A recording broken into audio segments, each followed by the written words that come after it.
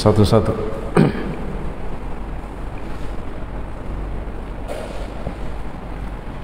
Assalamualaikum warahmatullahi wabarakatuh. Innal hamdalillah nahmaduhu wa nasta'inuhu wa nastaghfiruh wa na'udzu billahi min shururi anfusina wa min sayyiati a'malina. May yahdihillahu fala mudhillalah wa may yudlil fala hadiyalah. Wa asyhadu an la ilaha illallah wahdahu la syarikalah wa asyhadu anna Muhammadan abduhu wa rasuluh. Ya ayyuhalladzina amanu taqullaha haqqa tuqatih wa la tamutunna illa wa antum muslimun. Amma ba'd, fa inna asdaqal hadithi kitabullah wa khairal hadi hadi Muhammadin sallallahu alaihi wasallam, syarrul umuri muhdatsatuha wa kullu muhdatsatin bid'ah wa kullu bid'atin dhalalah. Hadirin sekalian yang kami muliakan, alhamdulillah pada kesempatan malam hari ini kembali kita melanjutkan kajian rutin kita dalam membahas kitab Al-Adabul Mufrad,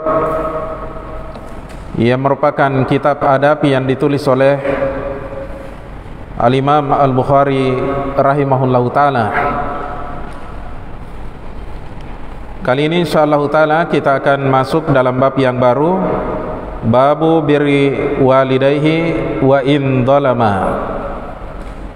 Bab bakti kepada kedua orang tua, wa in dhalama, sekalipun keduanya berbuat zalim.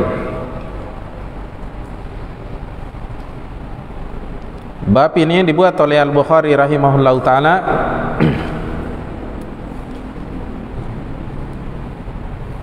untuk menepis sangkaan sebagian orang bahwasanya apabila kedua orang tuanya berbuat kezaliman entah terhadap dirinya ataukah terhadap orang lain, maka dia mengira bahwasanya tidak ada hak bakti seorang anak kepada orang tuanya. Ini merupakan kesan yang keliru, sangkaan yang keliru, karena kezaliman orang tua bukanlah penggugur bagi haknya orang tua dalam berbakti kepada mereka. Mereka berbuat kezaliman atau dosa, itu dosanya akan ditanggung oleh mereka, tapi tidak menjadi sebab kemudian anak itu dibolehkan durhaka kepada kedua orang tuanya. Misalnya saja ada orang tua yang menzalimi anaknya, misalnya dari kecil dia tidak nafkahi, misalnya orang tuanya cerai. Ini kan kadang ada kasus yang seperti ini, ketika dia dilahirkan tidak ada bapaknya di rumah karena sebelumnya sudah cerai, atau setelah dia dilahirkan tidak lama kemudian orang tuanya cerai. Sejak saat itu pula ayahnya tidak memberikan nafkah kepada anaknya, dan ini merupakan kezaliman. Tapi kezaliman yang seperti ini, jamaah sekalian, tidak mengharuskan kemudian kita tidak berbakti kepada ayah kita yang telah menelantarkan kita. Ya, ini kadang ada anak seperti ini, berpikiran yang keliru seperti ini. Bapaknya tidak pernah nafkahi dia. Akhirnya ketika dia besar, ketika dia dewasa misalnya, kemudian bapaknya sudah tua, tidak bisa lagi bekerja, maka dia telantarkan bapaknya sebagai balasan atas perbuatan bapaknya ketika dia ditinggal, ketika dia masih kecil ditinggal oleh bapaknya. Ya, Maka kezaliman seorang ayah misalnya kepada anaknya tidak mengharuskan kemudian anak itu dibolehkan durhaka. Ya, tidak kemudian anak itu tidak berbakti kepada kedua orang tuanya. Kezaliman mereka jemaah sekalian adalah dosa yang akan mereka tanggung.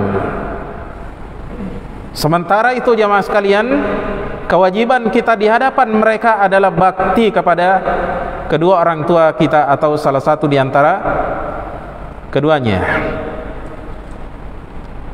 Nah, ini yang ingin akan dijelaskan oleh Al-Bukhari rahimahullahu taala dalam bab ini. Baik, pertama kita akan jelaskan hadisnya, hadis yang pertama atau hadis yang ketujuh kalau kita urut dari awal kitab. Ini hadis yang ketujuh. Baik, kata Imam Al-Bukhari rahimahullahu taala saat membawakan hadis ini, qala haddatsana Hajjajun. Kata Al-Bukhari rahimahullahu taala telah menceritakan kepada kami Hajjaj. Siapa Hajjaj? Nanti kita akan jelaskan insyaallah taala. Qala kata Hajjaj, haddatsana Hammadun huwa ibnu Salamata. Telah menceritakan kepada kami Hammad bin Salamah. Hammad di sini adalah Hammad bin Salamah. Karena ada dua Hammad, ya, Hammad bin Said dan Hammad bin Salamah, ya, dan kedua-duanya adalah gurunya Hajjaj. Namun yang meriwayatkan dari Sulaiman At-Taimi adalah Hammad bin Salamah. Makanya kita Al-Bukhari jelaskan di situ bahwasanya yang dimaksud adalah Hammad bin Salamah. Andaikan Al-Bukhari pun tidak menjelaskannya, sudah jelas bahwa Hammad yang dimaksud di situ adalah Hammad bin Salamah. Taib. An Sulaiman At-Taimi, dari Sulaiman At-Taimi. An Sa'idin Al-Qaisi, dari Sulaiman At-Taimi dari Sa'id Al-Qaisi. An Ibn Abbasin, dari Ibn Abbas radhiyallahu anhuma. Qala kata beliau, ma min muslimin lahu walidani. Tidak ada seorang muslim yang memiliki dua orang tua muslimani yang muslim, yusbihu ilaihima muhtasiban, sedangkan dia mengharapkan pahala di hadapan keduanya, illa fatahalahu Allahu babaini, yakni minal jannati, kecuali Allah akan bukakan baginya dua pintu, yakni pintu surga. Wa in kana wahidan fawahidun, apabila orang tuanya hanyalah satu, maka satu pintu yang akan terbuka. Wa in aghdaba ahadahuma lam yardahu Allahu anhu, apabila dia membuat marah salah satu dari keduanya, lam yardahullahu anhu, maka Allah tidak akan ridho terhadap orang itu, yakni terhadap si anak ini, hatta yardo anhu, sampai orang tuanya ridho terhadapnya. Qila wa in dhalamah, ditanyakan yakni kepada sahabat Ibn Abbas radhiyallahu anhuma, wa in dhalama, sekalipun keduanya mendolimi anaknya. Qala kata sahabat Ibn Abbas, wa in dhalamahu, sekalipun keduanya mendolimi si anak. Insyaallah ya. Taib. Hadirin sekalian yang kami muliakan, demikian lafaz hadis ini, hadis yang ketujuh dari kitab Al-Adabul Mufrad. Taib. seperti biasanya metode yang kita gunakan dalam mensyarah hadis-hadis Al-Adabul Mufrad, setelah kita bacakan redaksi hadisnya, kita kembali ke awal dari redaksi hadis ini untuk kita jelaskan lebih mendalam lagi insyaallah. Pertama kita akan jelaskan satu persatu rawi yang meriwayatkan hadis ini, mulai dari gurunya Al-Bukhari sampai kepada sahabat Abdullah bin Abbas. Kemudian yang kedua kita akan berikan syarah dan penjelasan supaya kita mengerti apa yang diinginkan oleh hadis ini, sehingga dari situ nanti kita akan memetik faidah-faidah dari hadis ini.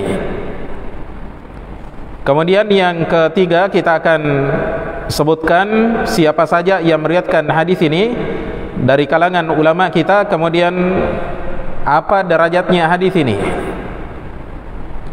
Kemudian yang terakhir jamaah sekalian, kita akan menukilkan beberapa buah fawaid, beberapa buah faidah dan pelajaran-pelajaran yang bisa kita ambil dan petik dari hadis ini. Hadirin sekalian yang kami muliakan, kita kembali ke awal dari lafaz hadis ini. Kata Imam Al-Bukhari rahimahullahu taala, qala haddatsana Hajjajun, telah menceritakan kepada kami Hajjaj. Yang dimaksud dengan Hajjaj di sini adalah Hajjaj Ibnul Minhal Al-Anmati. Namanya Hajjaj bin Al-Minhal Al-Anmati. Beliau merupakan salah seorang di antara ulama Basrah, salah satu gurunya Al-Bukhari rahimahullahu taala yang banyak beliau meriwayatkan hadis darinya di dalam kitabnya Al-Adabul Mufrad ini.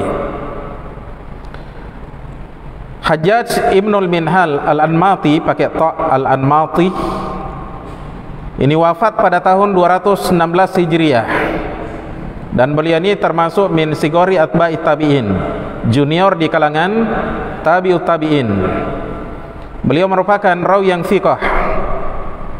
Adapun hadis-hadisnya beliau, maka hadis-hadisnya diriwayatkan oleh ashabul kutubis sittah, yakni Al-Bukhari, Muslim, Abu Daud, At-Tirmidzi, An-Nasa'i dan Ibnu Majah. Selain dalam sahihnya, Al-Bukhari juga meriwayatkan hadis-hadisnya beliau di dalam kitabnya Al-Adabul Mufrad, seperti yang kita lihat pada sanad hadis ini. Kemudian kata Hajjaj Ibnul Minhal Al-Anmati rahimahullah, qala haddatsana Hammadun huwa Ibnu Salamata, telah menceritakan kepada kami Hammad bin Salamah. Hammad bin Salamah bin Dinar Al-Basri, beliau juga berasal dari kota Basrah, dan beliau ini termasuk dari kalangan atba'ut tabi'in, tabi'ut tabi'in. Beliau meninggal pada tahun 167 Hijriah. Adapun hadis-hadisnya beliau, maka hadis-hadisnya diriwayatkan oleh Al-Bukhari dalam kitabnya Sahih Al-Bukhari secara muallak, demikian pula dalam kitabnya Al-Adabul Mufrad, kemudian Muslim dalam sahihnya, Abu Daud, At-Tirmidzi, An-Nasa'i dan Ibnu Majah di dalam sunan mereka. Dan beliau ini merupakan rawi yang thiqah. Kemudian kata Hammad bin Salamah an Sulaimana At-Taimiyyi. Yang dimaksud dengan Sulaiman di sini adalah Sulaiman bin Tarkhan, pakai kha, Sulaiman bin Tarkhan At-Taimi.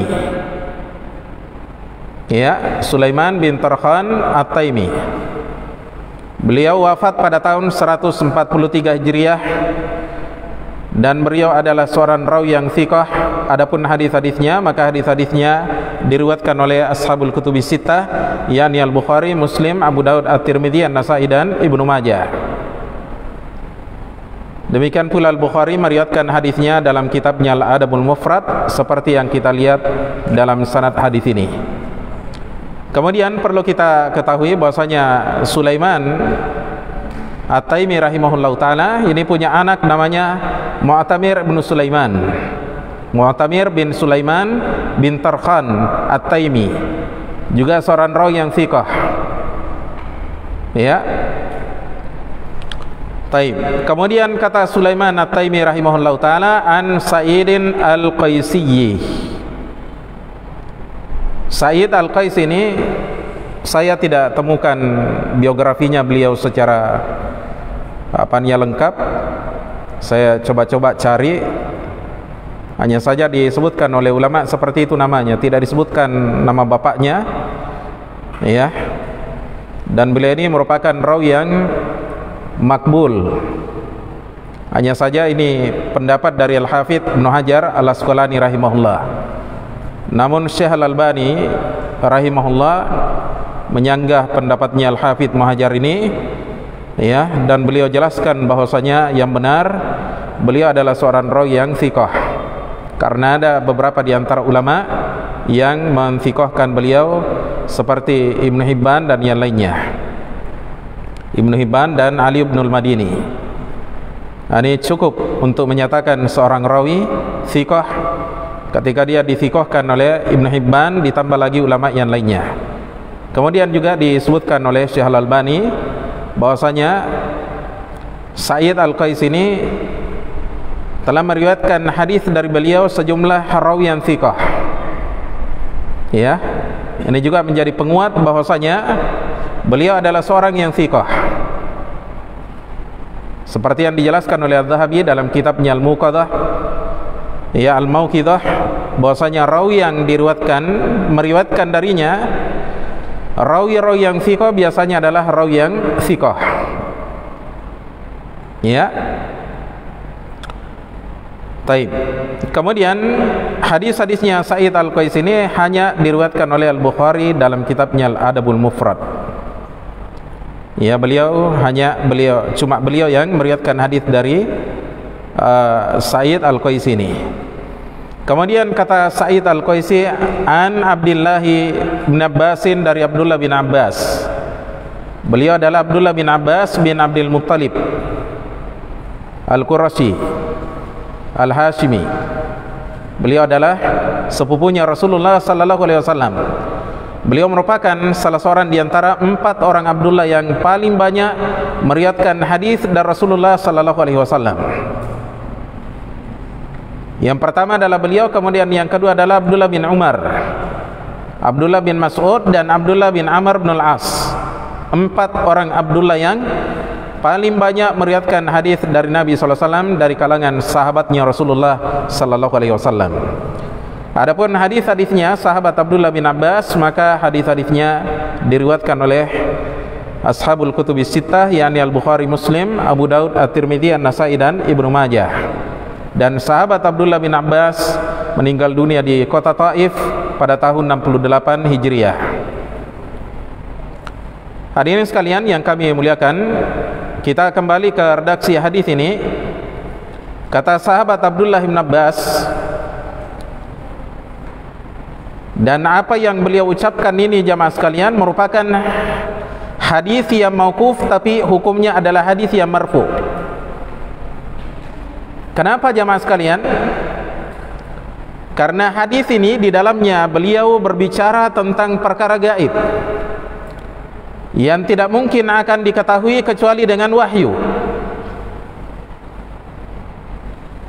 Artinya hadis ini jamaah sekalian kelihatannya adalah ucapannya dari sahabat Ibnu Abbas, tapi hakikatnya adalah sabdanya Rasulullah sallallahu alaihi wasallam. Ini banyak contohnya di dalam hadis-hadis yang datang dari sahabat. Terkadang seorang sahabat mengucapkan kalimat, sebenarnya mereka mengungkapkan dan menyampaikan sabdanya Rasulullah sallallahu alaihi wasallam. Kita dengarkan apa yang disampaikan oleh sahabat Ibnu Abbas radhiyallahu anhuma. Kata beliau, "Ma min muslimin lahu walidani muslimani." Tidak ada seorang muslim yang memiliki 2 orang tua yang muslim. Yusbihu ilaihima muhtasiban, dalam keadaan dia mengharapkan pahala di hadapan keduanya. Ya. Artinya dia mengharapkan pahala dari Allah Subhanahu wa taala dengan cara berbakti di hadapan mereka. Ya.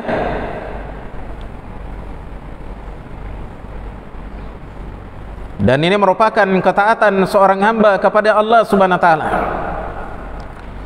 Illa fatahalahu Allahu babaini yakni minal jannati, kecuali Allah akan bukakan baginya dua pintu surga.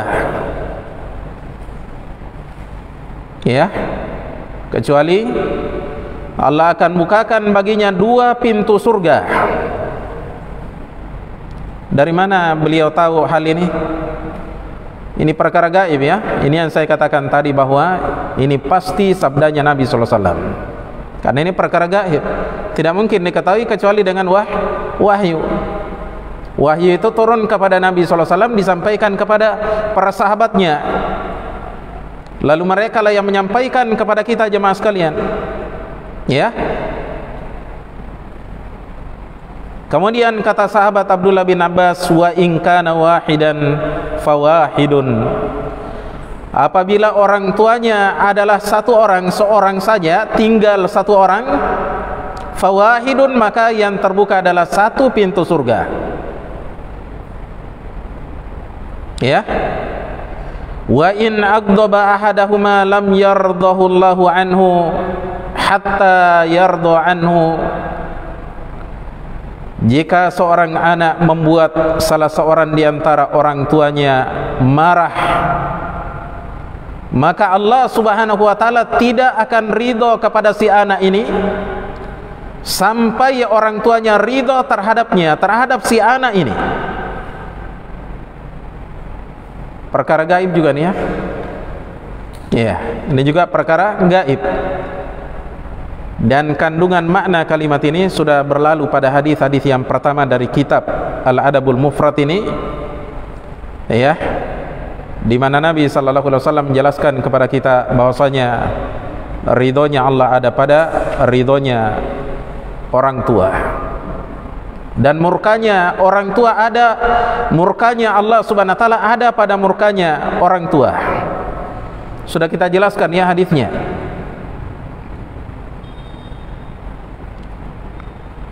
Taib. Ketika menyampaikan kalimat yang seperti ini, ada yang bertanya kepada sahabat Abdullah bin Abbas radhiyallahu anhuma, qila wa in dhalamahu, ditanyakan kepada beliau, sekalipun kedua orang tuanya mendolimi si anak.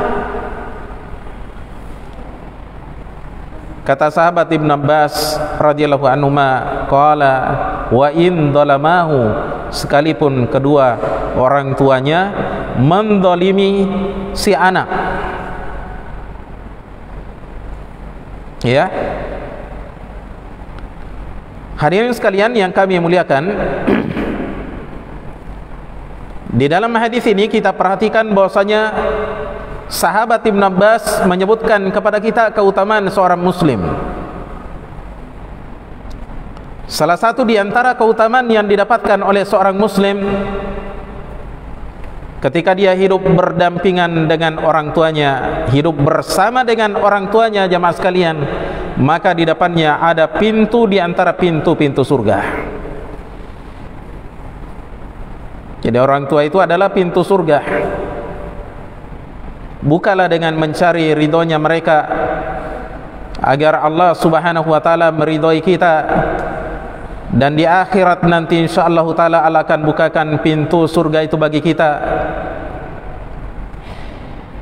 Oleh karena itu jamaah sekalian, selagi kita di dunia ini, hendaknya kita sejak dini membuka pintu surga tersebut dengan berbakti kepada kedua orang tua kita, berbuat baik kepada kedua orang tua kita, entah dengan perbuatan kita, entah dengan ucapan kita jamaah sekalian, entah dengan harta benda kita, entah dengan nasihat dan ilmu yang kita ajarkan, sampaikan kepada mereka jamaah sekalian.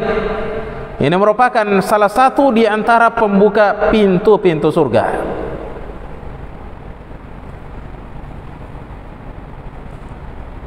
Sebaliknya jamaah sekalian, kalau kita durhaka sama orang tua kita, berarti kita menutup pintu surga tersebut.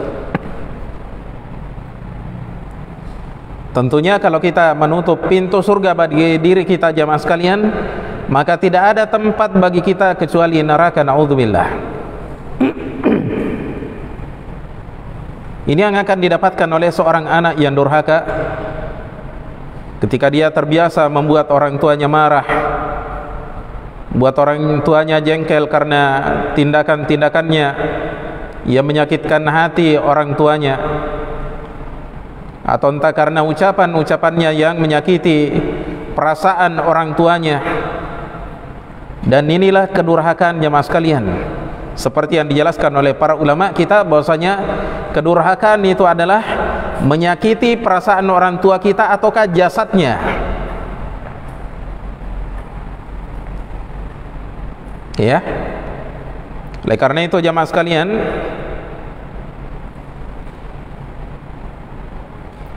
kita jauhi, kita hindari sikap-sikap yang menyakitkan perasaan orang tua kita jemaah sekalian. Entah dengan tindakan kita, ya, apakah tindakan itu terang-terangan menyakiti hati mereka, ataukah berupa gerakan-gerakan isyarat-isyarat, ataukah misalnya kedipan mata. Ini kita jauhi jemaah sekalian, karena ini bagian dari kedurhakaan. Mungkin mulut kita tidak berbicara dan menyakiti perasaan orang tua kita, tapi dengan isyarat kita, dengan perbuatan kita menyakiti hati mereka. Apalagi jemaah sekalian kalau kita menyakiti perasaan mereka dengan ucapan-ucapan kita, ya, atau bahkan dengan perbuatan kita. Ada sebagian orang tuanya datang ke rumah, dia tutup pintu dengan keras-keras, atau dia ngomong misalnya dengan ucapan yang tidak pantas dia ucapkan di hadapan orang tuanya, ya, atau mungkin dia berkeluh kesah di hadapan orang tuanya tentang kesusahannya mencari nafkah untuk menafkahi orang tuanya. Jangan, ya, apa yang kita rasakan dalam, ya, merawat orang tua kita, menafkahi, menghidupi orang tua kita, jangan sekali-kali pernah kita sampaikan kepada orang tua, karena ini akan menyakiti perasaan mereka. Dan inilah salah satu bentuk kedurhakaan seorang anak, ya. Sebaliknya jemaah sekalian, lawan dari kedurhakaan itu adalah bakti seorang anak, ya, sikap baik seorang anak kepada orang tuanya. Dia memilih kata-kata yang enak didengarkan, kata-kata yang sopan, kata-kata yang indah. Dia mengucapkan kalimat-kalimat yang lembut, menggembirakan hati orang tuanya. Termasuk diantaranya jamaah sekalian, dia doakan orang tuanya. Orang tuanya berbuat baik misalnya kepada dia, dia doakan orang tuanya, jazakallahu khairan, ya. Atau dia tulis SMS misalnya atau WhatsApp, dia doakan orang tuanya, jazakallahu khairan, barakallahu fiik, semoga Allah membalas kebaikan anda dan, ya, memberikan keberkahan dalam hidup anda. Kita tulis kalimat-kalimat yang enak didengar oleh orang tua kita, ya, supaya pintu surga ini terbuka bagi kita jamaah sekalian, ya. Kemudian ketika kita hidup bersama dengan mereka jamaah sekalian, lakukan adab-adab di hadapan mereka. Dahulukan mereka ketika makan, kita dahulukan mereka. Ambilkan piring, ambilkan nasi sesuai dengan hajatnya, ambilkan lauk, letakkan di depannya, sambil kita ucapkan, Pak, Bu, ya, nanti kalau kita mau tambah lagi, ya, supaya dia tidak merasa bahwasanya kita batasi makannya, tidak, ya, tapi kita sampaikan bahwasanya silakan kita ambil, ya, atau kita minta nanti saya ambilkan, Ki, ya. Dia mau minum misalnya, kita sediakan air sebelum dia minta. Ketika dia berjalan jamaah sekalian, kita biarkan mereka berjalan di depan kita, jangan kita berjalan di depan mereka. Ketika kita bersama mereka jamaah sekalian, mereka butuh untuk duduk misalnya jamaah sekalian, persilakan mereka untuk duduk lebih dahulu. Ketika ada tamu jamaah sekalian, maka yang berhak untuk kita dahulukan berbicara adalah orang tua kita. Ya, dahulukan mereka bicara. Jangan justru kita ini lebih lebih banyak bicaranya daripada orang tua. Ketika kita berhadapan dengan orang tua kita, jangan ditatap dengan pandangan yang tajam. Nanti akan kami jelaskan insyaallah taala ya, melalui sebagian athar dari para salaf, bagaimana mereka berbakti kepada kedua orang tuanya. Intinya bahwasanya bakti kepada kedua orang tua adalah setiap kebaikan yang kita lakukan kepada kedua orang tua kita, entah terkait dengan perbuatan kita atau lisan kita. Entah kita berbuat baik kepada mereka jamaah sekalian dengan harta kita atau selain harta kita. Nah, itu namanya bakti. Ya. Hadirin sekalian yang kami muliakan, jadi di dalam hadis ini sahabat Abdullah bin Abbas menjelaskan kepada kita bahwasanya tidak ada seorang muslim yang memiliki orang tua yang muslim sementara dia mengharapkan pahala dari Allah Subhanahu wa taala ketika dia bermuamalah, berinteraksi bersama dengan kedua orang tuanya.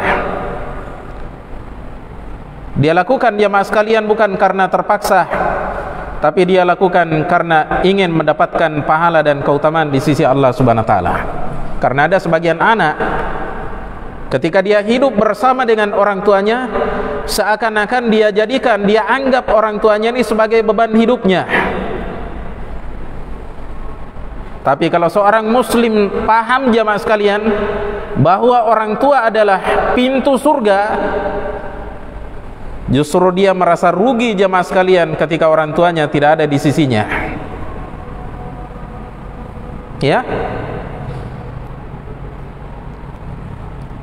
Lalu apa yang didapatkan oleh seorang muslim jamaah sekalian yang memanfaatkan keberadaan orang tuanya sehingga dia bisa masuk ke dalam surga jamaah sekalian? Akan dibukakan pintu-pintu surga baginya jamaah sekalian sebagai bentuk pemuliaan dan penghargaan terhadapnya. Allah muliakan orang ini jamaah sekalian, dibukakan pintu surga. Sama kalau kita kedatangan tamu jamaah sekalian, ada tamu kita yang datang, karena kita memuliakan tamu kita jamaah sekalian, sebelum dia datang kita berdiri di depan pintu, kita tunggui. Ketika dia sudah ada di depan pintu, kita bukakan pintu, kita persilakan, kita suruh duduk. Ini namanya pemuliaan jamaah sekalian. Maka seorang yang memuliakan orang tuanya ketika di dunia akan dimuliakan oleh Allah Subhanahu wa taala di akhirat. Akan dibukakan pintu surga baginya jamaah sekalian.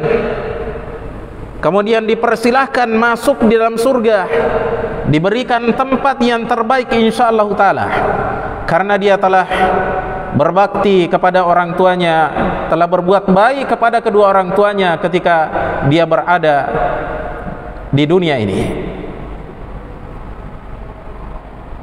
Makanya jamaah sekalian, kalau kita masih punya orang tua, manfaatkan betul-betul keberadaan mereka. Kalau perlu kita yang rawat mereka, kita yang nafkahi mereka. Ada kisah yang tersebar, pernah saya baca kisah ya, seorang anak di Saudi Arabia.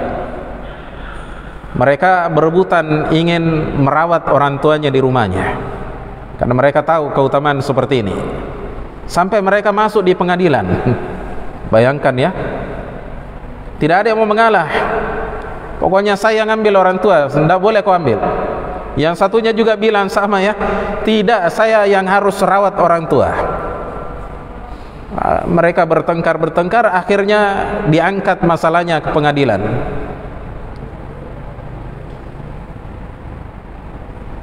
Ya, bayangkan ya, luar biasa penghargaannya kepada orang tuanya.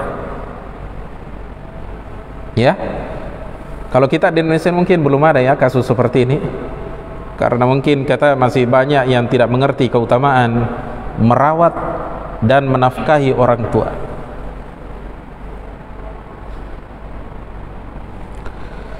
Baik.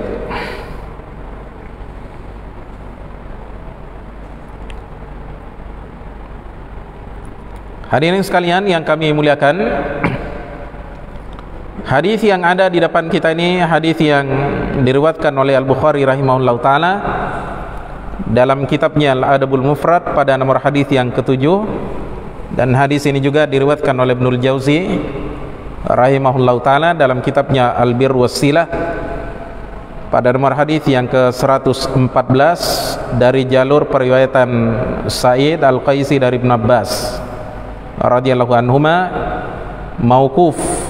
Ya, artinya hadisnya ini terhenti pada sahabat Ibn Abbas, ini ucapannya beliau, tapi hukumnya adalah marfu. Ya. Dan apanya hadis ini disahihkan oleh Syekh Al-Albani rahimahullah. Ya, nanti kita akan sebutkan di kitab mana. Kemudian juga hadis ini diriwayatkan oleh ulama kita yang lainnya, tapi riwayatnya marfu, yakni sampai kepada Nabi SAW. Ibn Abbas menyebutkan bahwasanya Rasulullah SAW bersabda begini. Ya, riwayat yang marfu ini diriwayatkan oleh Ibnu Wahab dalam kitabnya Al-Jami' pada nomor hadis yang ke-93, Al-Baihaqi dalam kitabnya Syu'abul Iman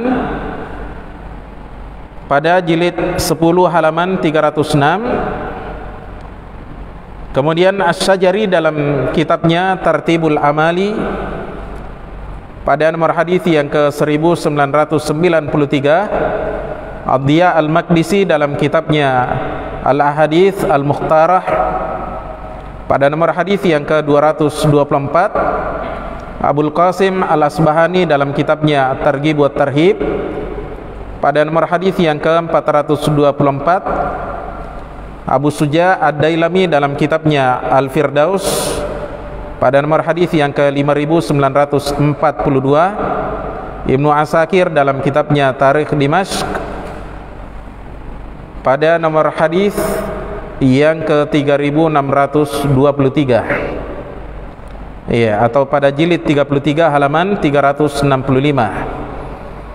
Dan yang terakhir Ibnul Jauzi rahimahullah dalam kitabnya Al-Bir Wassilah pada nomor hadis yang ke-113 dari jalur periwayatan Atha Al-Khurasani dari Ibn Abbas secara marfu'. Taib. Hanya sayangnya riwayat ini adalah dhaif jiddan. Ada rawinya yang bermasalah, tertuduh dusta. Ya. Kemudian hadis ini juga datang dari jalur yang lain dari sahabat dari seorang rawi yang bernama Sa'ad bin Mas'ud dari Ibn Abbas. Mauquf ya, hadisnya mauquf. Hadis ini diriwayatkan oleh Abdul Razak dalam Jami'u Ma'mar Ibn Rashid, dalam kitab Jami' Ma'mar Ibn Rashid Al-Asdi pada nomor hadis yang ke-20.128. Ibnu Abi Syaibah dalam kitabnya Al-Musannaf pada nomor hadis yang ke-25.407. Kemudian Al-Husain bin Harb Al-Marwazi dalam kitabnya Al-Bir Wassilah pada nomor hadis yang ke-31, dan yang terakhir Al-Baihaqi dalam kitabnya Syu'abul Iman pada nomor hadis yang ke-7537. Kemudian hadis ini juga datang dari sahabat Ibn Abbas, tapi dari jalur seorang rawi yang mubaham. Orangnya tidak disebutkan namanya siapa, cuma dikatakan an rajulin, dari seorang laki-laki, an Ibn Abbasin, dari Ibn Abbas.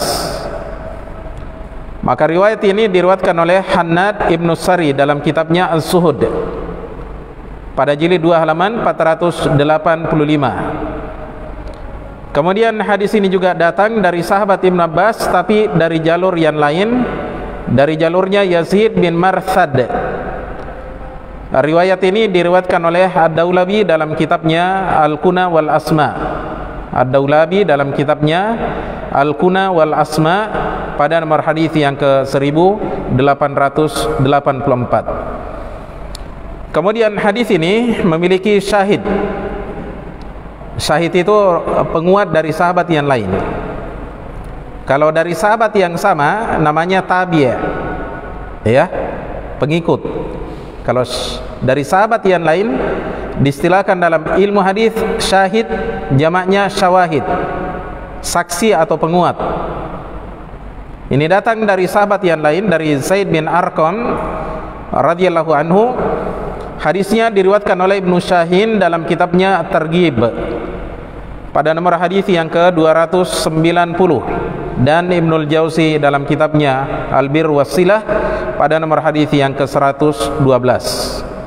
Dan hadis ini seperti yang dijelaskan oleh Al-Busiri dalam kitabnya Ithafu Al-Khiyaratil Maharah, bahwasanya hadis ini adalah hadis yang rawi-rawinya adalah thiqah. Dan dikatakan oleh Al-Hafidz Muhajar dalam kitabnya Al-Matalibul Aliyah, isnadu Abi Ya'la hasanun, sanadnya Abu Ya'la adalah sanad yang hasan. Jadi riwayat ini dihasankan oleh Al-Hafidz Ibnu Hajar. Dari sejumlah riwayat yang ada di depan kita ini jamaah sekalian, maka ini menunjukkan kepada kita bahwasanya hadis ini adalah hadis yang hasan, minimal hadisnya hasan. Bahkan ada sebagian di antara ulama kita yang mensahihkan hadis ini jamaah sekalian karena adanya jalur-jalur periwayatan yang telah kami sebutkan tadi. Wallahu taala alam bisawab. Baik, hadirin sekalian yang kami muliakan, karena waktu sudah masuk ya, kita adzani dulu.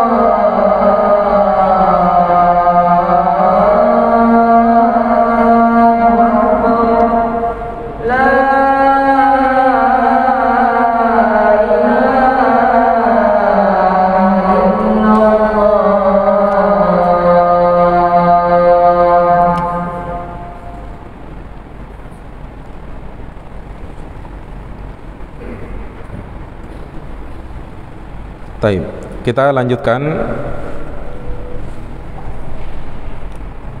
Berikut ini kita akan nukilkan beberapa buah faedah dari hadis ini.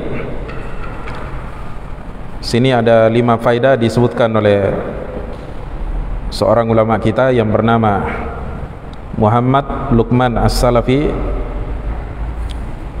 hafizahullah ta'ala dalam syarahnya terhadap Al-Adabul Mufrad. Judul kitabnya Rasul Baradi Syarhul Adabil Mufradi.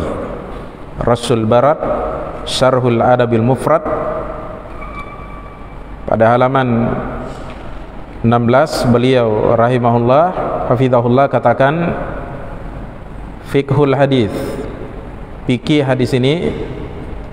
Al-awalu, yang pertama kata beliau, birrul walidaini, bakti kepada kedua orang tua, tariqun mumahhadun ilal jannati, merupakan jalan yang terhampar menuju surga. Ya, tariqun mumahhadun ilal jannati, jalan yang terhampar menuju surga. Artinya ya, jalan yang termudah bagi kita untuk menuju surga. Bakti kepada kedua orang tadi merupakan amalan yang luar biasa keutamaannya. Orang yang bakti kepada kedua orang tuanya itu akan diberkahi hidupnya. Ya, diberkahi hidupnya. Tapi orang yang durhaka kepada orang tuanya akan dicabut keberkahan hidupnya, karena dia termasuk orang yang dilaknat oleh Allah Subhanahu wa taala. Ya. Taib. Jadi orang tua ini, bakti kepada orang tua ini merupakan jalan yang terhampar menuju surga. Ya. Ini faedah yang pertama. Faedah yang kedua, Asani uququl walidaini mujibun linnari. Durhaka kepada kedua orang tua merupakan penyebab masuk surga, masuk neraka. Durhaka kepada kedua orang tua merupakan sebab yang akan memasukkan ke dalam neraka.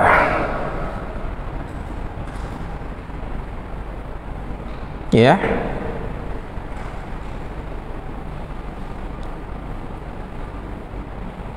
Jadi ada orang, ya, sebagian orang di antara kita ini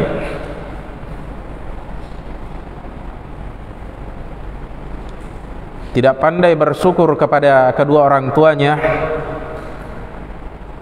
yang telah berjasa melahirkannya. Kemudian dia perlakukan orang tuanya dengan perlakuan yang buruk. Dia berkata-kata kepada orang tuanya dengan kalimat-kalimat yang tidak sopan, bahkan menyakitkan, ya, hati orang tuanya. Ini ada orang yang seperti ini, jamaah sekalian.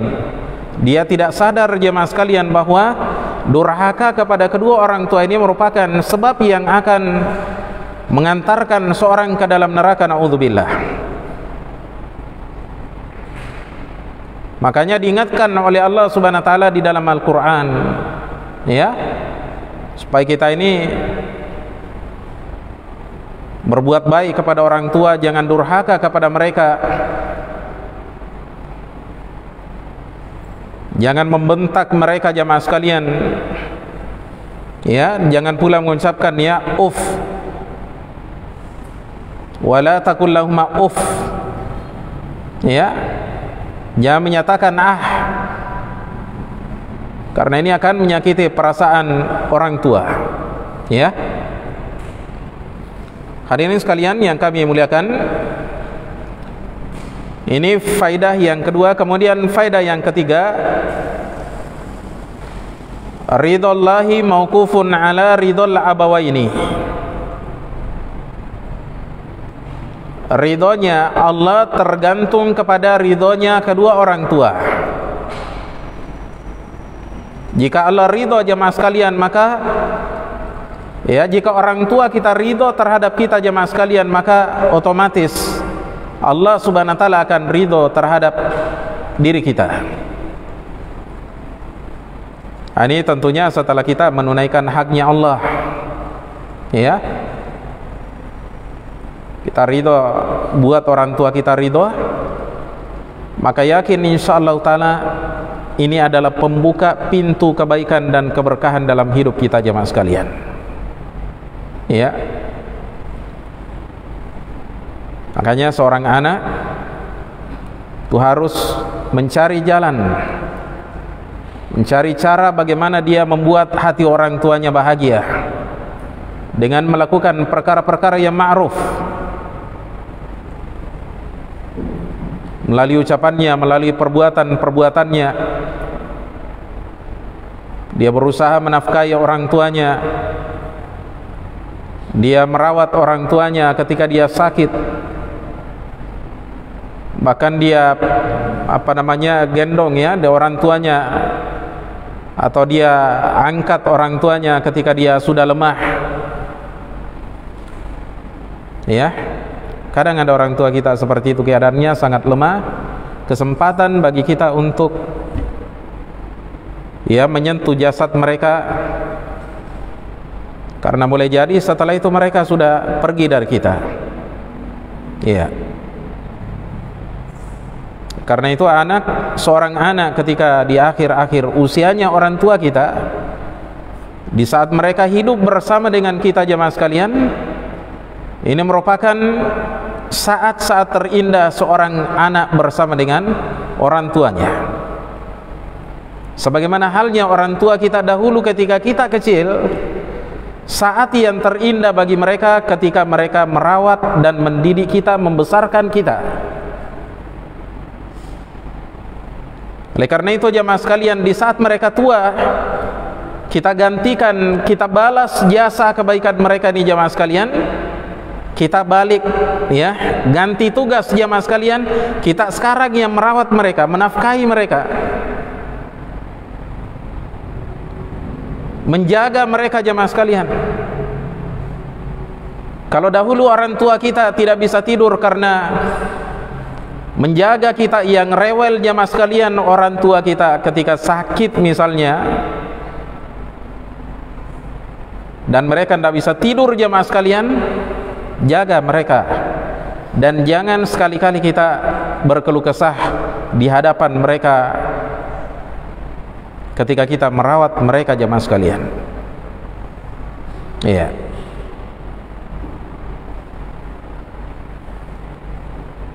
Ketika di masa kecilnya kita jamaah sekalian, mungkin mereka terkadang ingin makan, ingin minum sesuatu yang mereka sukai jamaah sekalian,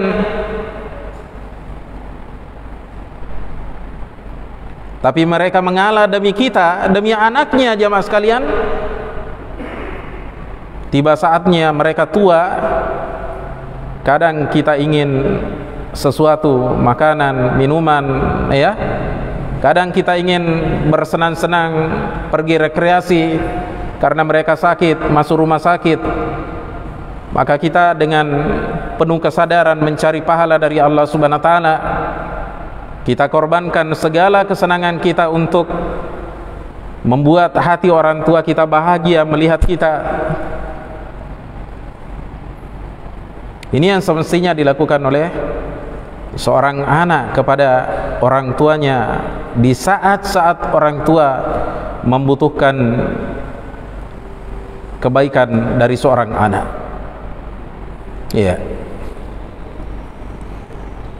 Kemudian faedah yang berikutnya jamaah sekalian, yang keempat adalah birrul walidaini wal ihsanu ilaihima wajibun. Bakti kepada kedua orang tua dan berbuat baik kepada mereka adalah perkara yang wajib. Wa in dzalama fil umuri dunyawiyati, sekalipun keduanya berbuat zalim dalam urusan dunia kita. Ya. Kadang kita dizalimi orang tua, jangan dibalas kezalimannya dengan kezaliman, tapi balaslah ya kezaliman mereka dengan kebaikan. Semoga saja dari situ dia menyadari kesalahannya. Adapun kezalimannya kita balas dengan kezaliman, maka tidak ada yang kita dapatkan jamaah sekalian kecuali murka dari Allah Subhanahu wa taala. Jangan pernah kita berpikir bahwasanya orang tua menzalimi kita, kemudian kita boleh menzalimi, membalas kezalimannya jamaah sekalian, lalu Allah Subhanahu wa taala tidak murka sama kita. Ini pemahaman yang keliru jamaah sekalian. Ya. Pemahaman yang keliru. Hadirin sekalian yang kami muliakan, kemudian faedah yang berikutnya kita nukilkan dari seorang ulama kita yang bernama Abdurrahman As-Saffuri, Abdurrahman bin Abdissalam As-Saffuri, pakai shad, As-Saffuri rahimahullah ta'ala. Beliau pernah berkata dalam kitabnya Nuzhatul Majalis pada jilid 1 halaman 198 dengan menukilkan faedah dari An-Nawawi rahimahullah ta'ala di dalam kitabnya Al-Fatawa. Kata An-Nawawi rahimahullah, man kana aqal liwalidayhi wa mata sakhitani alaih, barang siapa yang durhaka kepada kedua orang tuanya, wa mata sakhitani alaih, dan kedua orang tuanya mati dalam keadaan keduanya murka terhadap sang anak, fala tariqa lahu fi adami mutalabatihima lah, dan tidak ada jalan bagi si anak agar kedua orang tuanya tidak menuntutnya, yakni nanti pada hari kiamat. Ya, karena sudah meninggal bagaimana cara minta maaf? Ya. Dan tidak ada katanya jalan bagi si anak ini agar orang tuanya tidak menuntut dirinya, yakni pada hari kiamat nanti. Lakin yang bagi lahu ba'dan nadabi ala dzalika yuktsira minal istighfari lahuma.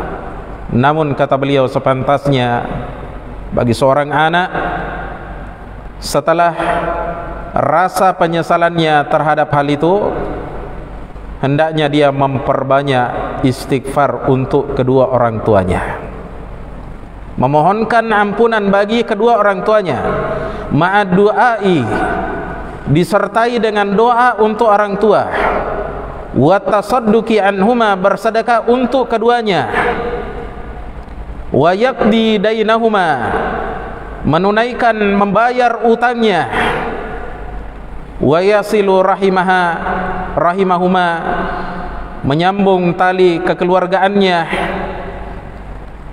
wa yukrimu man kana bijiwarihima ikraman lahuma, dan memuliakan orang yang ada di dekatnya, yakni tetangganya, ikraman lahuma, semata-mata karena memuliakan kedua orang tua. Ya. Jadi kalau orang tua kita, kata beliau, kata Nawawi rahimahullah, sudah meninggal, kita pernah durhaka sama dia, lalu keduanya marah jamaah sekalian, kemudian setelah itu tertutup bagi kita pintu maaf dari orang tua kita, jangan berputus asa, cari jalan. Ya, kita menyesali apa yang sudah berlalu jamaah sekalian, kemudian kita perbanyak istighfar untuk orang tua kita, doakan kebaikan, doakan rahmat bagi mereka, doakan ampunan bagi mereka jamaah sekalian.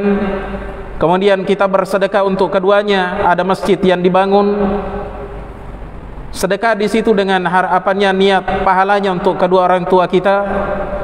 Kemudian kalau dia punya utang jamaah sekalian, kita bayarkan utangnya. Ada kerabatnya, ada keluarganya, kita sambung tali kekeluargaan bersama dengan mereka. Kemudian ada sahabatnya, ada kawannya, ada tetangganya yang dahulu mereka punya hubungan yang baik, kita berusaha untuk berbuat baik kepada sahabat-sahabat dan tetangganya, karena ini adalah bagian dari bakti seorang anak kepada kedua orang tuanya. Ya.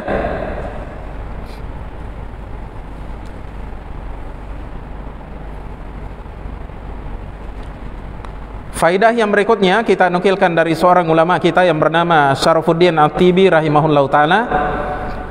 Syarafuddin At-Tibi dalam kitabnya Al-Kashif an Haqaiqis Sunan, Al-Kashif an Haqaiqis Sunan pada jilid 10 halaman 3172, kata beliau rahimahullahu taala, fihi anna ta'atal walidaini lam takun ta'atan mustaqillatan. Di dalam hadis ini, kata beliau, terdapat faidah, terdapat pelajaran bahwa ketaatan kepada kedua orang tua bukanlah ketaatan yang mustaqillah, yang terlepas, yakni dari ketaatan kepada Allah.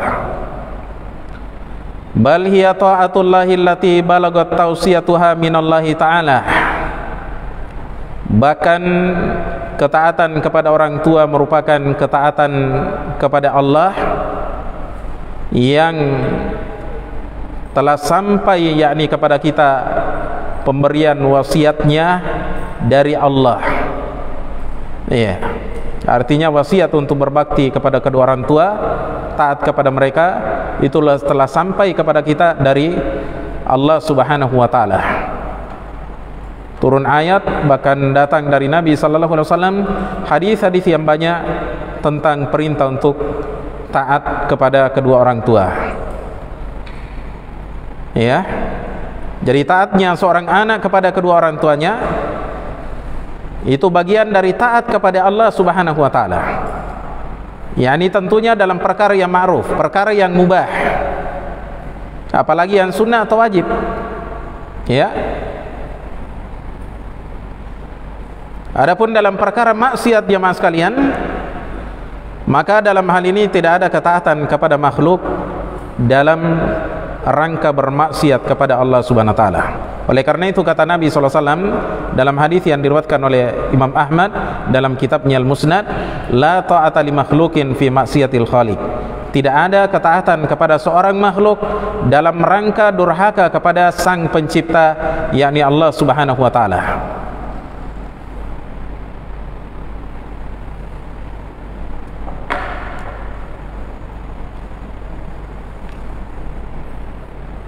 Baik. Banyak pertanyaan ya. Kemudian faedah yang berikutnya kita nukilkan dari seorang ulama kita yang bernama Al-Baihaqi rahimahullahu taala dalam kitabnya Syu'abul Iman, ketika beliau membuatkan judul pasal bagi hadis ini dalam kitabnya Syu'abul Iman jilid 10 halaman 297, kata beliau, faslun fi hifdzi haqqil walidaini ba'da mautihima. Pasal dalam menjaga haknya kedua orang tua setelah kematian keduanya.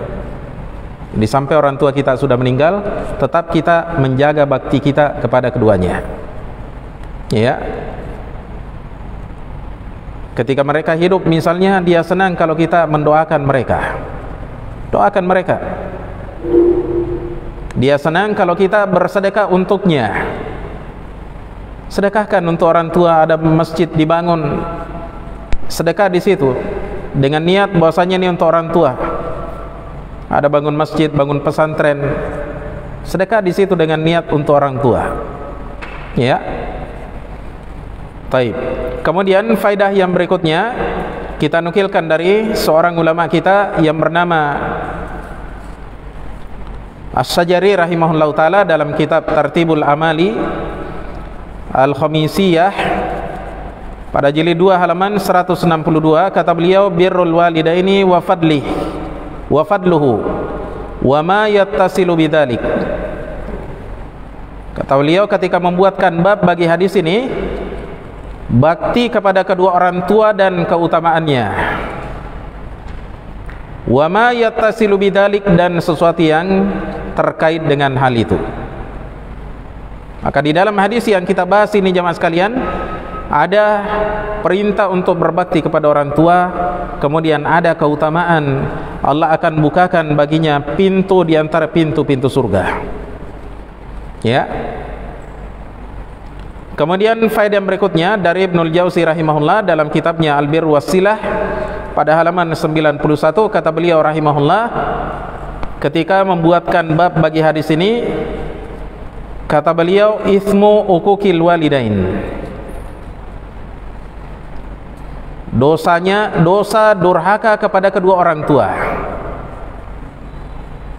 Apa dosa yang didapatkan jamaah sekalian? Dia akan dimurkai oleh Allah Subhanahu wa taala. Ya. Dia akan dilaknat oleh Allah Subhanahu wa taala.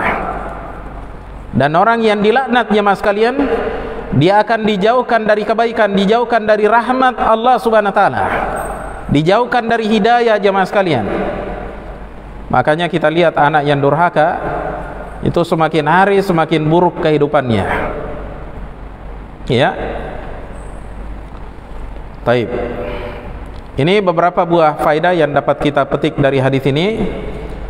Dan insyaallah taala nanti kita akan lanjutkan lagi majelis kita pada pertemuan berikutnya, pekan berikutnya, dan kita akan masuk pada bab yang baru, bab yang kelima, babu linil kalami liwalidai, bab kelembutan ucapan terhadap kedua orang tua. Saya kira demikian apa yang perlu kita jelaskan, dan di sini ada pertanyaan, kita jawab dengan cepat. Dan ini tulisannya kecil-kecil, saya kadang susah membaca ya kalau kecil.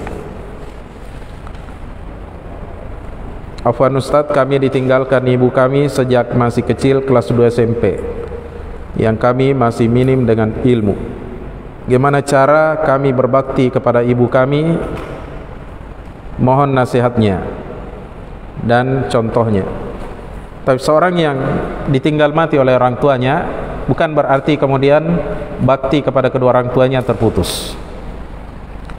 Maka dijelaskan dalam sebagian hadis-hadis yang ada bahwasanya Nabi SAW memerintahkan kita untuk berbakti kepada mereka dengan cara pertama membayarkan utangnya. Ya.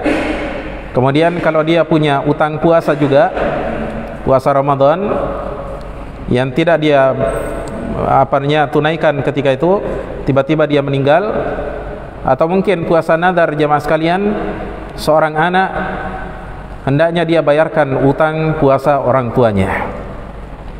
Kemudian utang harta juga ya. Kemudian yang ketiga, hendaknya dia senantiasa mendoakan kebaikan dan ampunan bagi orang tuanya. Hafal doanya, Rabbighfirli wali walidayya walil mu'minina yauma yaqumul hisab. Atau kita doakan Rabbirhamhuma kama rabbayani shaghira. Atau kita doakan seperti doa yang masyhur beredar di masyarakat kita, Rabbighfirli wali walidayya warhamhuma kama rabbayani shaghira. Kemudian kita sambung tali kekeluargaan orang tua kita. Mungkin ada di antara keluarganya yang pernah putus tali kekeluargaannya, ada clash antara orang tua kita dengan mereka, kita berusaha menyambungnya. dan senantiasa menjaga hubungan mereka. Ya, kemudian juga berbuat baik kepada sahabat-sahabat dan kerabat orang tua kita, terutama mereka yang dekat hubungan darahnya dengan orang tua kita, seperti saudaranya, kakeknya, pamannya, ya, sepupunya misalnya.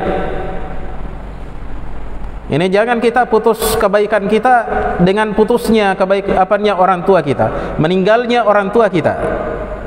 Karena ada sebagian jemaah sekalian, ada sebagian orang, kalau orang tuanya meninggal, putus pula kebaikannya kepada sahabat-sahabat ayahnya dan sahabat-sahabat keluarga ayahnya, tetangganya.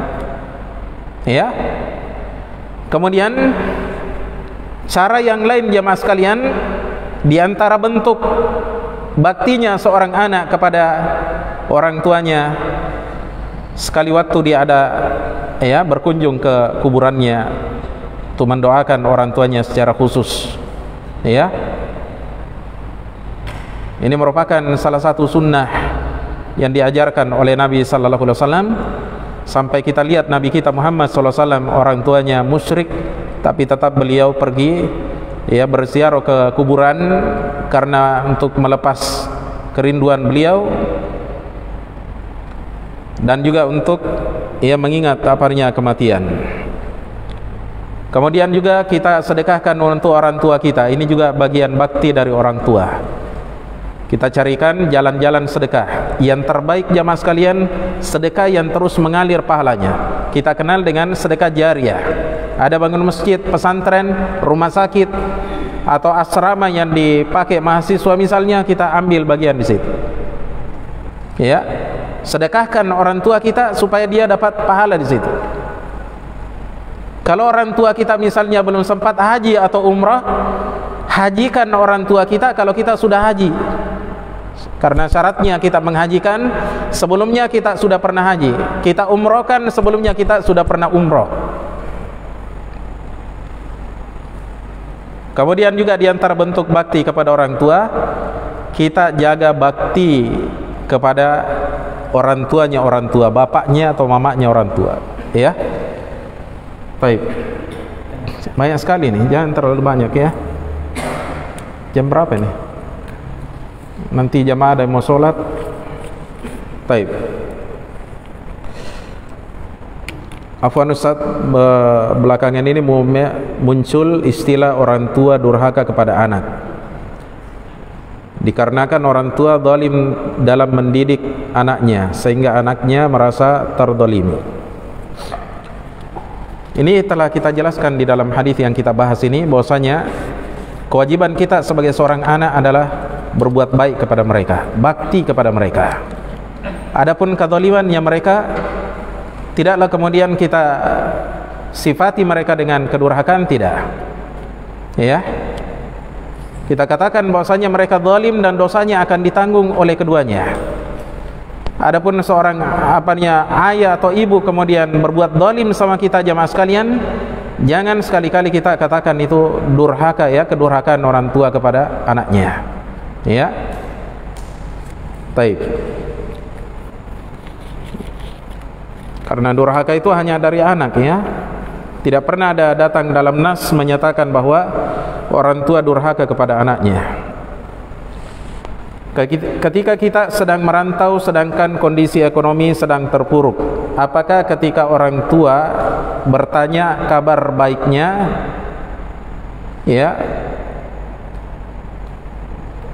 jujur, sebaiknya kita jujur, atau berbohong agar mereka tidak sedih? Ya, kita katakan bahwasanya alhamdulillah saya baik. Ya, baik itu kan tidak mesti harus kaya. Ya, baik, alhamdulillah saya sehat, masih bisa ibadah. Carilah jawaban yang yang menyenangkan hatinya mereka. Jangan mengungkapkan kesedihan kepada mereka. Cukuplah beban hidupnya mereka sebagai sebuah kesedihan bagi mereka, jangan kita tambahi. Kita katakan alhamdulillah di sini saya baik-baik. Ya, kecuali kalau memang kita di sana menderita, dizalimi sama orang di sana, dan mesti kita membutuhkan kita butuh pertolongannya mereka, sampaikan ya. Adapun kita miskin ya, tidak mendapatkan dunia di kampung orang, ya kita sabar dan jangan kita tumpahkan ya kesusahan kita kepada orang tua kita. Tetap katakan alhamdulillah baik. Taib. Mohon nasihatnya langkah terbaik dalam bernasihat kepada orang tua secara hikmah, tepat sasaran, tidak menyinggung ya saat diperintahkan melakukan apa nih? Perihal haram. Misalnya disuruh beli rokok. Ya sampaikan saja dengan baik bahwasanya ya Pak, saya tidak bisa belikan ki rokok karena rokok itu pertama berbahaya, dan semua yang berbahaya dalam agama itu dilarang sama Allah dan Rasulnya, dan saya tidak mau lihat Bapak sakit gara-gara rokok. Saya yakin Bapak juga akan tergugah hatinya dengan kalimat-kalimat yang kita ucapkan ya. Jadi dalam hal ini seorang anak ketika memberikan nasihat kepada orang tuanya itu harus semaksimal mungkin memilih kalimat-kalimat yang indah, enak didengar, lembut, dia ungkapkan dengan bahasa yang paling sopan. Ya. Jangan justru mengucapkan kalimat yang kasar atau dorong pintu keras-keras. Ya. Atau dia cemberut di depan orang tuanya, jangan ya. Bagaimana hukumnya jika anak perempuan yang merawat ayahnya yang kena stroke sampai memandikannya, mengganti baju dan lain-lain, sampai melihat kemaluan ayahnya karena saudara laki-lakinya tidak ada yang bisa merawatnya? Ya, dalam kondisi seperti ini seorang anak berusaha semaksimal mungkin untuk ya tetap memandikan orang tuanya. Ya. Tapi semaksimal mungkin juga dia jaga pandangannya dari melihat aurat orang tuanya. Karena bagaimanapun aurat tidak bisa kita lihat, tidak boleh kita lihat ya, itu dilarang di dalam agama. Ya, jadi misalnya kalau kita mandikan ya, mandikan dari belakang. Kalau pas kita harus berhadapan dengannya, ya upayakan lihat pada tempat yang lain. Ya, kan bisa dialihkan pandangan. Tidak mesti harus melihat ke kemaluannya ya. Baik. Afwan Ustaz, kami ditinggalkan ibu. Sudah nih ya. Tapi saya kira demikian pembahasan yang dapat kita sampaikan pada kesempatan kali ini. Semoga apa yang kita dengarkan pada kesempatan kali ini bisa menambah keimanan kita. Kita memohon kepada Allah Subhanahu wa taala agar senantiasa memberikan pertolongan dan taufiknya bagi kita semua. Subhanakallahumma bihamdika asyhadu an la ilaha illa anta astaghfiruka wa atubu ilaik. Assalamualaikum warahmatullahi wabarakatuh.